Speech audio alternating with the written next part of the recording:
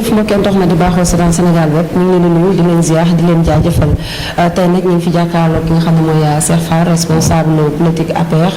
nekk ci dëkk bu sell bi di Touba nekk ci biir APR te nag moom la ñu jàkkaarloo fa seen waxtaan am solo Cheikh ñu ngi lay nuyu. ñu ngi lay ziar soxna Ami di ziar également waa Sénégal web yëpp di leen gërëm di rafetlu seen professionnalisme rawatina yow sa taxawaay ci dëkk bi ci wàllum média moom vraiment kenn waranteetu ko. merci le ziar bu baax. Aco Cheikh ginnaaw bi ñu nuyoo rek ñu gën a xóotal kan mooy Cheikh Fall. waaw Cheikh Fall de moom ndaw la boo xam ni mi ngi ci dëkk bi di yëngu ci wàllum koom ñu koy wax commerce. di yëngu timitam ci formation professionnelle. di yëngu ci bay aussi. ak yeneen yoo xam ne alhamdulilah ay sew sewaan yi moom ñu ngi sant yàlla bu baax mu jaadu nag comme ni ma ndaw moom bu nekkee ci dëkk rek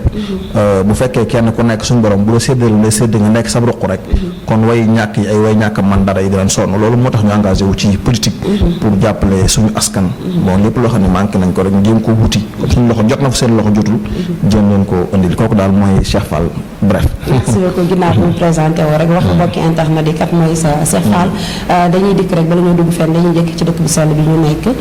élection gox goxaane jaar na fi ñu gis perte bi nga xam ne APR am na ko tey jii mairie Abdoulaye Kata lañ koy installé ci mairie bi tey noo jàngatee élection yi ñu romb ak Abdoulaye Kata bi nga xam ne tey lañ koy installé. d'accord waaw di sant d'abord suñu borom sant ko bu baax moom mi waral tey ñu fekke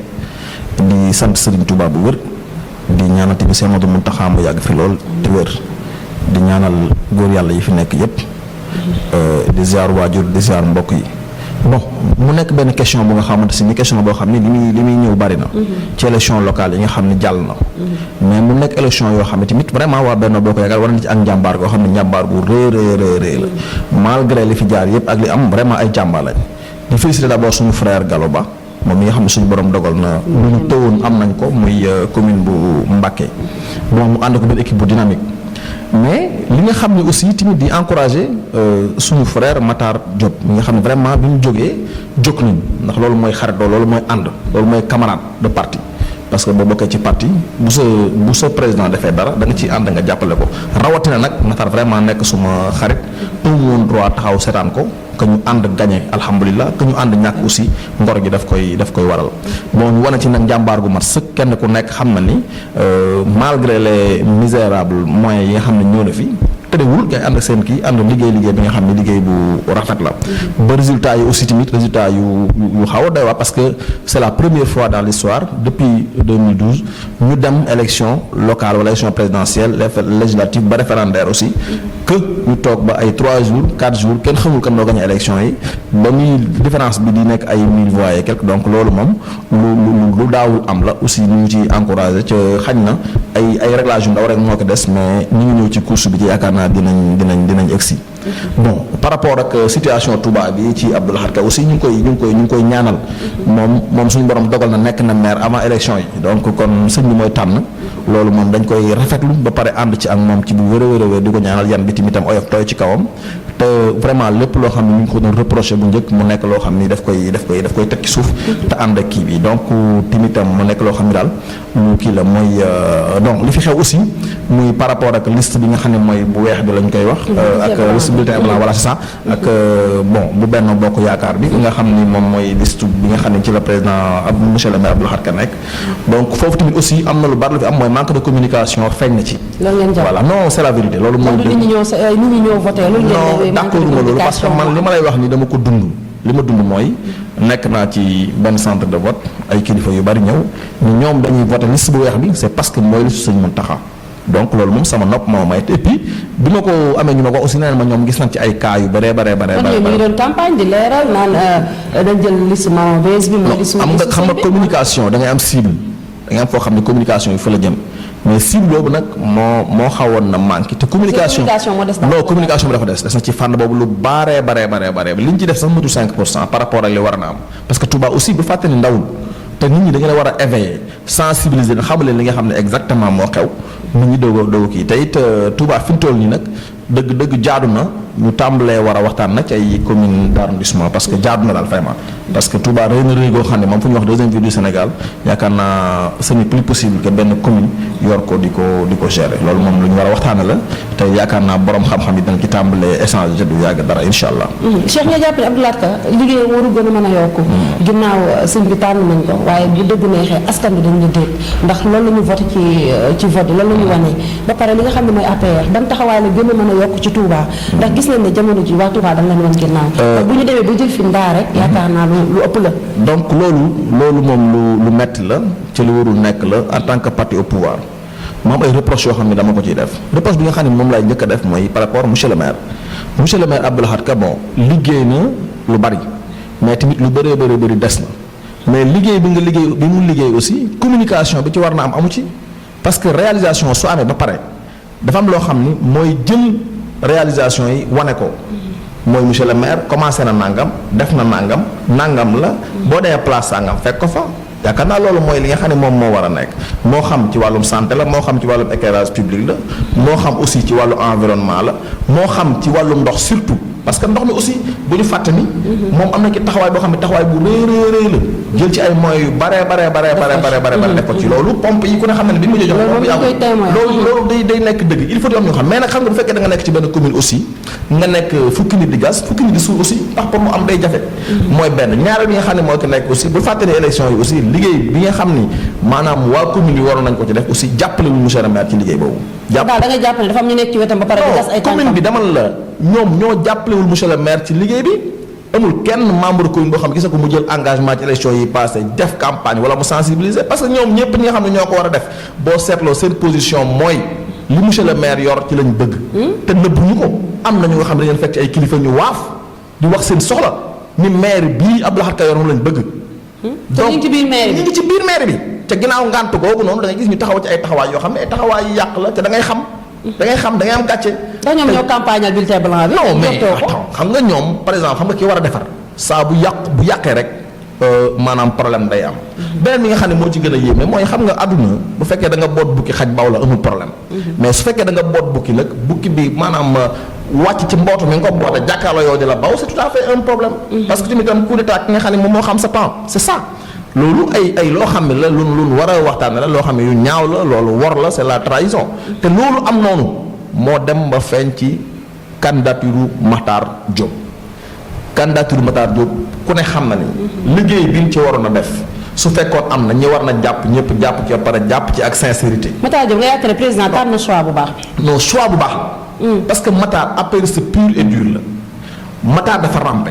Makhtar li mu am bokk na ko ak waa dëkk bi. Makhtar foo dem gis ko Makhtar communication baax na Makhtar bëgg na parti bi Makhtar du tricher mais kooku lan la mais choix bu mel noonu mais tey profil bi mu président génne kenn mënu woon a génne profil bu gën a. gis nañ ci biir waa APR am ñoo xam ne dañ doon kaas. non xam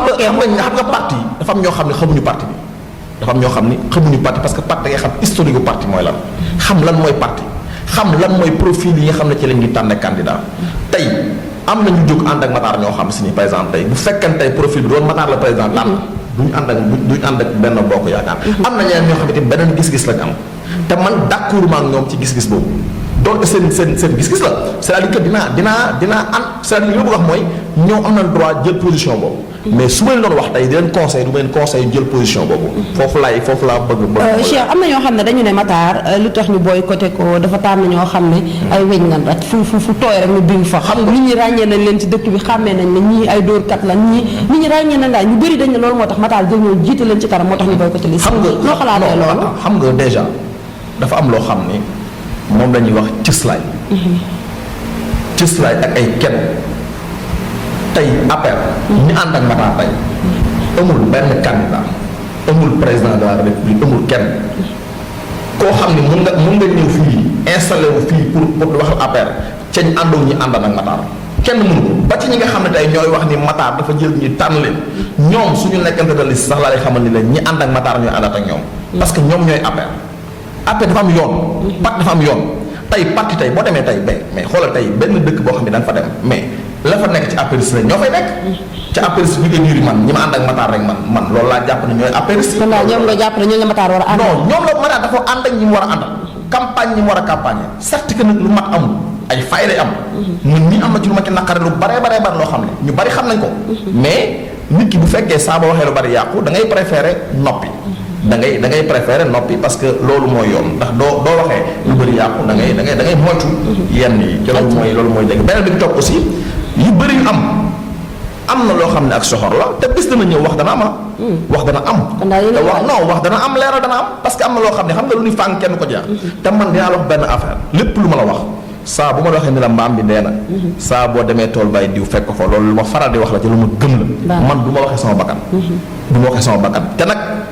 dinaa mettre en garde ñu bare mooy parti bii di Benno Bokk Yaakaar parti bii di APR du ñu nangu kenn yàq ko. loolu moom. kon daal jël ngeen seen garde. non jël nañ suñu garde tey gis nga dama la benn affaire dafa am ñoo xam ni dañoo dikk pour jël parti bi dunde ko am ñu nga xam ni dañoo amul ci politique lu ñu am def ko ci di jël parti bi di ko dundal loolu moo am solo. beneen bi nga xam ne moo ko topp mooy nañu bàyyi yu bëree loo xam ne day yàq. donc man gëm naan daal ñu ngi avancé ci politique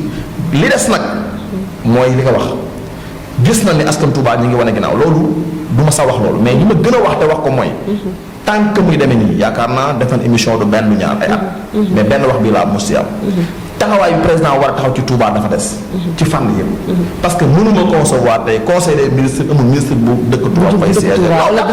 bu taxaw xam nga tey nga xool fi mel tey direction yi ni mu bare port a ngi fii. maanaam université mi ngi fii yenn ak mi ngi fii kudd et tout bon. mais lan mooy le problème ba président mënta honoré waa Touba siggil ñu. da jàpp ne da ngeen a liggéeyul suñu biir ay mbokk non xam nga loolu bu ko jàppee day nax boppam bi mu jaaxlee ba tam xonk fii la ñëw ndaw yi mu àndaloon ba tey ñoo nekk fii nii te bul fàtte ni li fi jaar dafa bari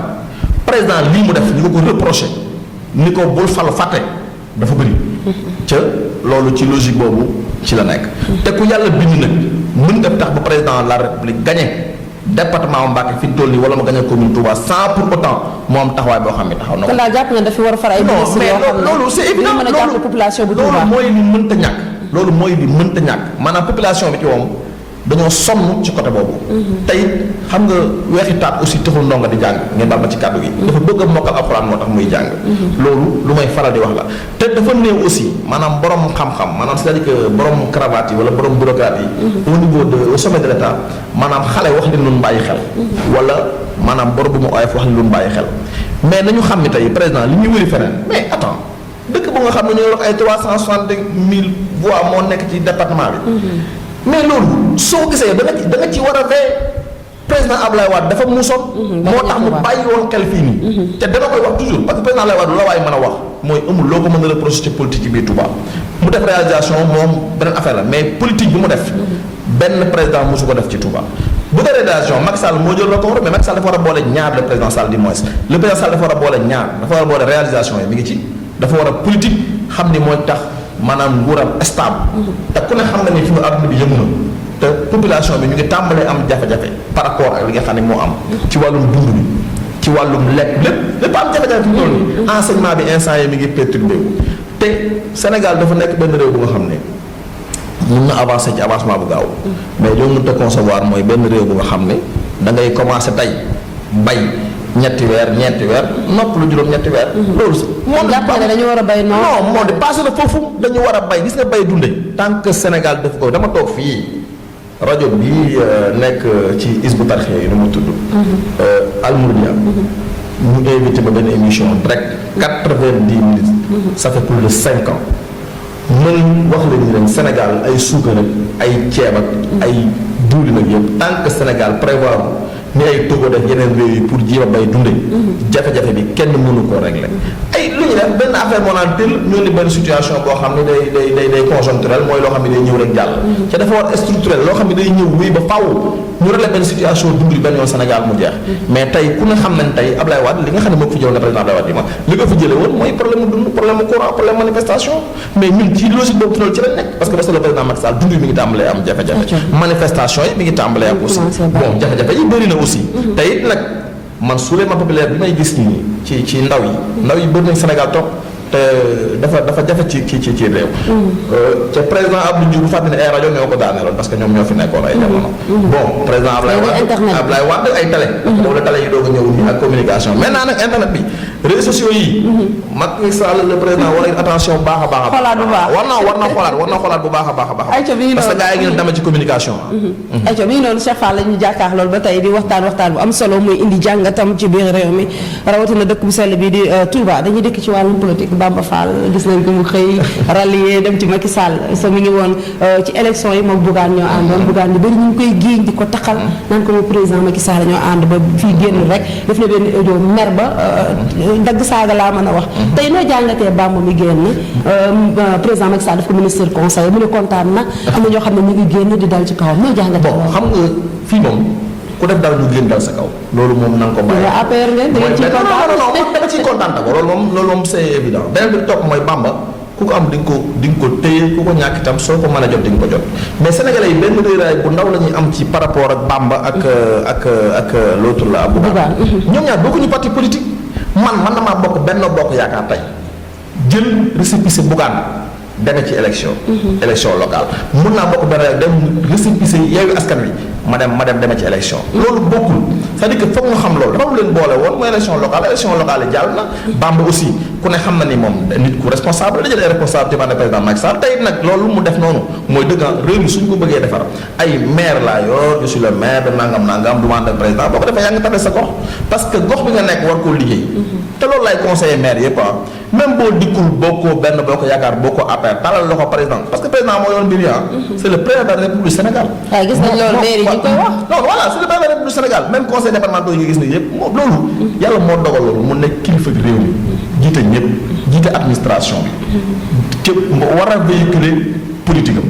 donc kooku mënoo koo ñàkk ba nga daal loxo soo ko déglu yow sax da ngay sonal sa askan te mën naa ñàkk parce que réalisation yi war def yëpp président moo la ci mën a accompagner. donc boo taxawee def ko noonu aussi am na loo xam ne du dafay xeexe yow mais bon lu logique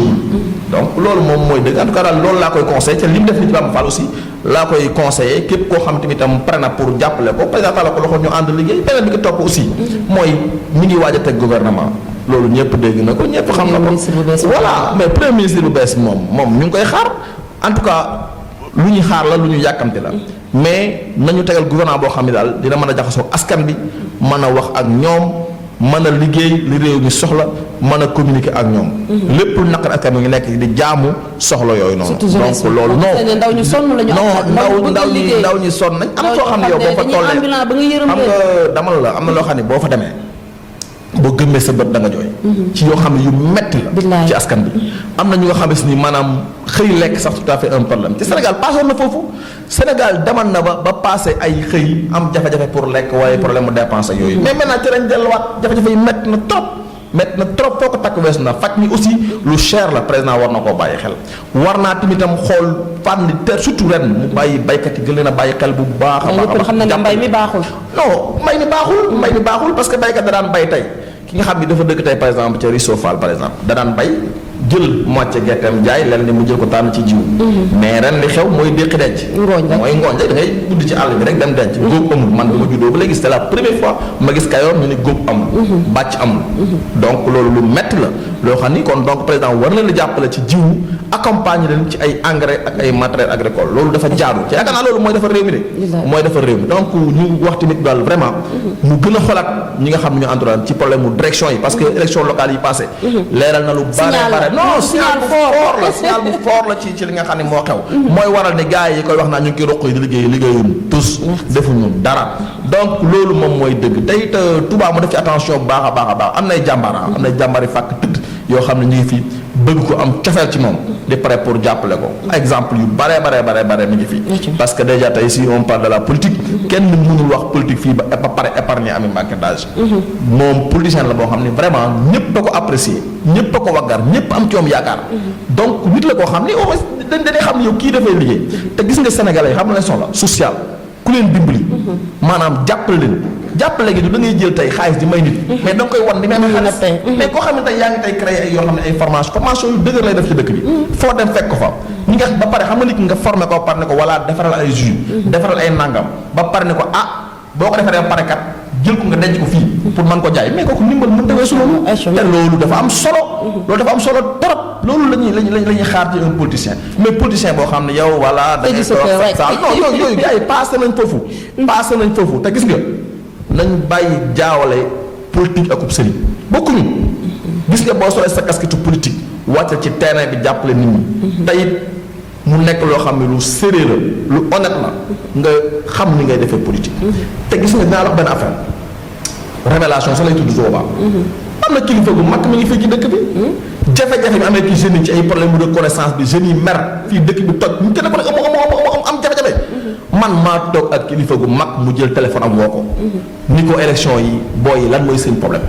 ñoom ñëpp ñi ngi déconné ñi ngi wax lan mooy problème mu ni ko booy yi dara xew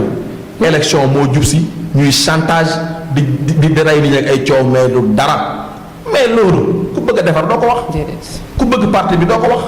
donc loolu daal mooy grosso modo loolu lan lañ ko rassemblé wax ko ci li ñu xalaat ci réew mi donc man daal foofu laa ci toll ay co mi ngi noonu Cheikh li ñu desee waxtu bi ñu desee bareetul dañuy ñëw rek suñu gaynde yi ndam lu rëy li ñu indil yaakaar naa Sénégal kërëb ñëpp kontaan mënoo xàmmee chrétien bi mënoo xàmmee jullit bi mënoo xàmmee kenn mënoo xàmmee benn parti politique yaakaar naa ñëpp ñoo booloo woon doon benn dëgg yàlla jàppale suñu président jàppale suñu gaynde yi waaye dañuy dikk bi président dalal leen yëkkati ay hectares yu bari may leen yëkkati li nga xam ne mooy kenn 50 millions bokk kenn ku ne mu may la ko am na ñoo xam ne génn nañ na warul woon am ndax Sénégal lu ñu sonnee am na ñoo xam ne nee nañ président war woon dugal gaynde ci problème suuf ndax gis nañ Sénégal problème suuf yi ni mu baree nan nga jàngatee bi loolu amee ak ñenn ñi nga xam ne def nañ ci ay sorte di ci wax ñu bëri nañ nee nañ politique moo tax président def loolu. xam nga président de politique. c'est un jàpp nga ne politique la dañuy waxtaan ndax bëgg na dama lay arab rek day politique parce que c'est un politicien. Macky Sall bul fàtte ne président Sall du moins politique moo ko jox nguur gi. politique moo koy téye ci nguur gi ñàkk politique nit moo koy jëlee ci nguur gi.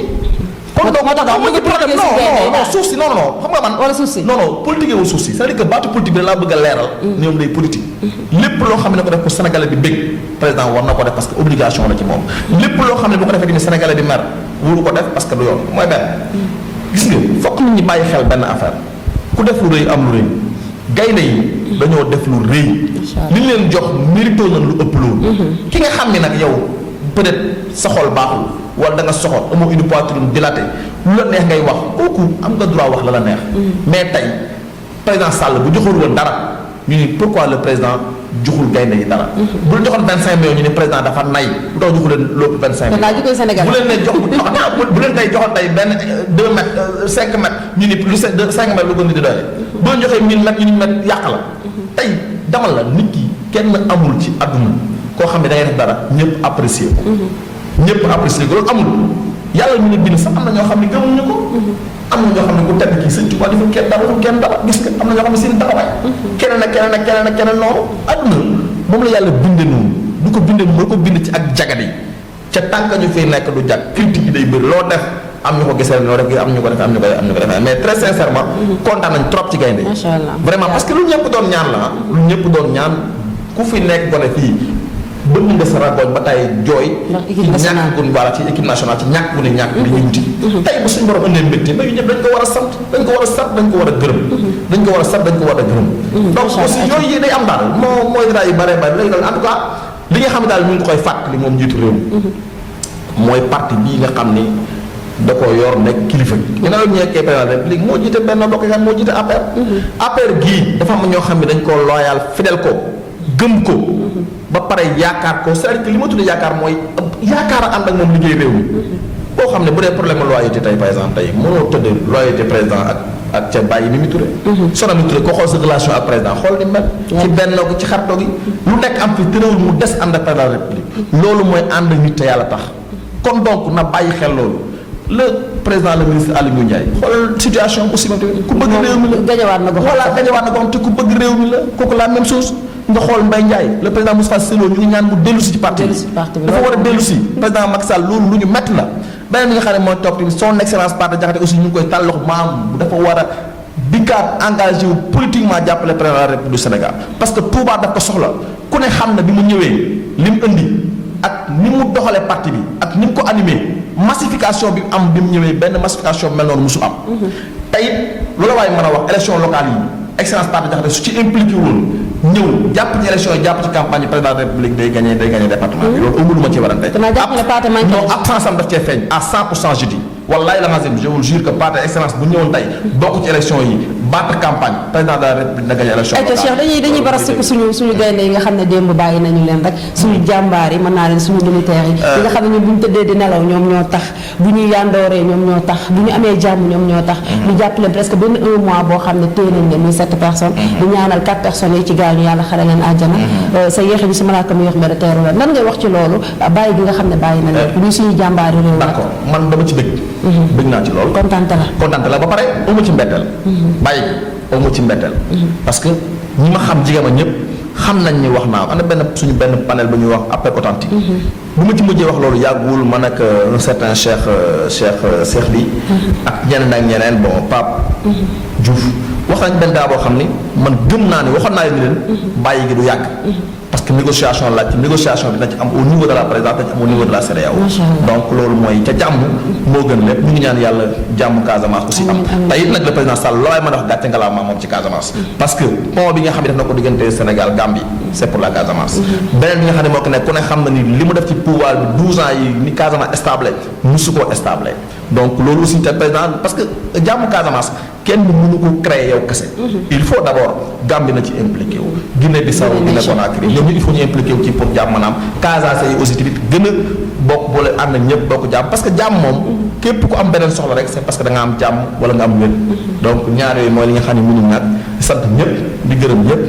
di la ñaan di kontaan ci waaw non di gën a kontaan parce que suñu diggante dafa yàgg at yu bëri la boobu yi sax xewul donc ñu ànd di ramper te bu leen fàttali ne am na policier bu mag la woon léegi la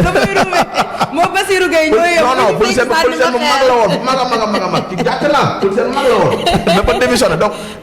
en plus elle maîtrise bien la ville sainte ku maîtriser Touba la parce que xam nga nit moom bu nangoo liggéey te service yu bëri aussi daf ci jaar loolu dama koy seede te ñu bëri xamuñu loolu service yu bëri jaar na ci rampe ba si fii te naa la xamal benn affaire sa cër ñëwul parce que nit moom bu fekkee non sa cër ñëwul xam nga nit bu fekkee saa boo séddoo ñëpp xeeb seenu cër da nga yéex a séddu te loolu dina ñëw insha Allah kooku dalal sa xel ndax sa compétence savoir sa esprit d'ouverture ak sa mbokkom nit ñi aussi mat na ko daal yow moom borom baax na merci Cheikh maa ngi koy sant bu baax di ko gërëm di ko jaajëfal rek comme ni mu ko waxee maag moom dañuy yàgg mu doon ku ma yàgg a jàppale ku ma yàgg a teete nag